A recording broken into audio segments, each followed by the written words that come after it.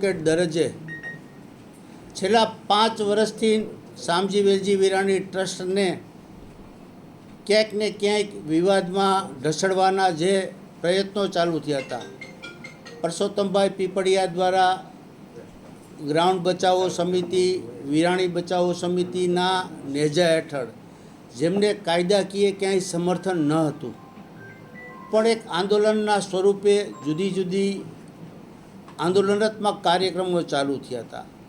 તેના અનુસંધાને શામજી વેલજી વિરાણી ટ્રસ્ટ દ્વારા ચેરિટી કમિશનરમાંથી એક પાર્ટ વેચવાની મંજૂરી મેળવેલ હતી. આ મંજૂરી મળતા આંદોલનો ચાલુ થયા હતા. ચેરિટી કમિશનર સાહેબની કોર્ટમાં પરસોત્તમભાઈ પીપળિયાએ પોતે પક્ષકાર તરીકે જોડાવાની અરજી કરેલી હતી. એ અરજી કાઢી નાખવામાં આવી હતી અને અંદાજે ચારક વર્ષ થયા. ત્યારબાદ ડેપ્યુટી કલેક્ટર સાહેબની કોર્ટમાં કેસ ચાલતો હતો. આ મેટરમાં પણ પરસોત્તમભાઈની અરજી કાઢી નાખવામાં આવેલી હતી. તેમને કોઈ લોકલ સ્ટેન્ડિંગ નથી, એમને કોઈ કાયદાનું સમર્થન નથી. એ બાબતોને ધ્યાનમાં લઈને ડેપ્યુટી કલેક્ટર સાહેબે એમની અરજી કાઢી નાખેલી હતી. એમની સામે એમણે રાજકોટ કલેક્ટર સાહેબની કોર્ટમાં એક અરજી કરેલ હતી. એ લાંબી સુનાવણીના અંતે મહેરબાન કલેક્ટર સાહેબે એમની અરજી કાઢી નાખેલ છે. એમનું કહેવાનું એવું છે, કેસનો હાર દેવો છે, લાંબા ગાળાની અસર જન્માવે એવો હુકમ છે કે ત્રાહિત વ્યક્તિઓને કોઈ અધિકાર નથી.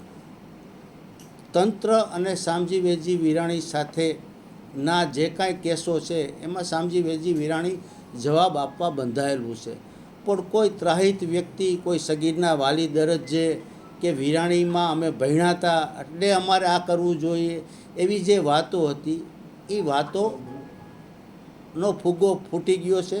એને કાયદાકીય કોઈ સમર્થન નથી.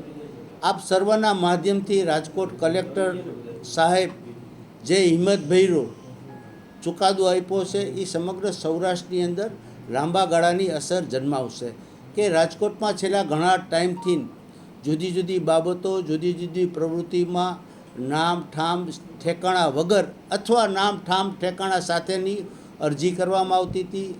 અરજદારોને, સામેવાળાઓને હેરાન કરવામાં આવતા હતા.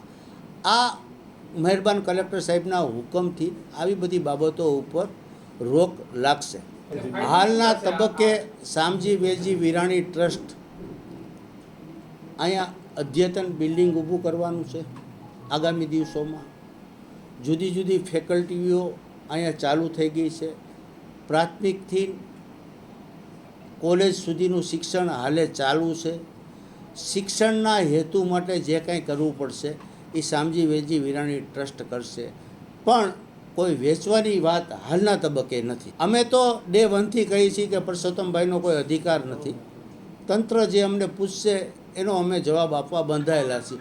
હવે શું કરવું એ પરસોત્તમભાઈએ જોવાનું છે, કઈ ઓથોરિટીમાં જશે. ટ્રસ્ટ પ્રાથમિક અને મક્કમતાથી માનહાનિના દાવા વિશે વિચારી રહ્યું છે અને એક્સપર્ટો સાથે એમની બેઠક ટ્રસ્ટની થઈ ગઈ છે. આગામી દિવસોમાં કદાચ માનહાનિના સંદર્ભમાં એકાદ નોટિસ આપવાની પણ ટ્રસ્ટની ગણતરી છે.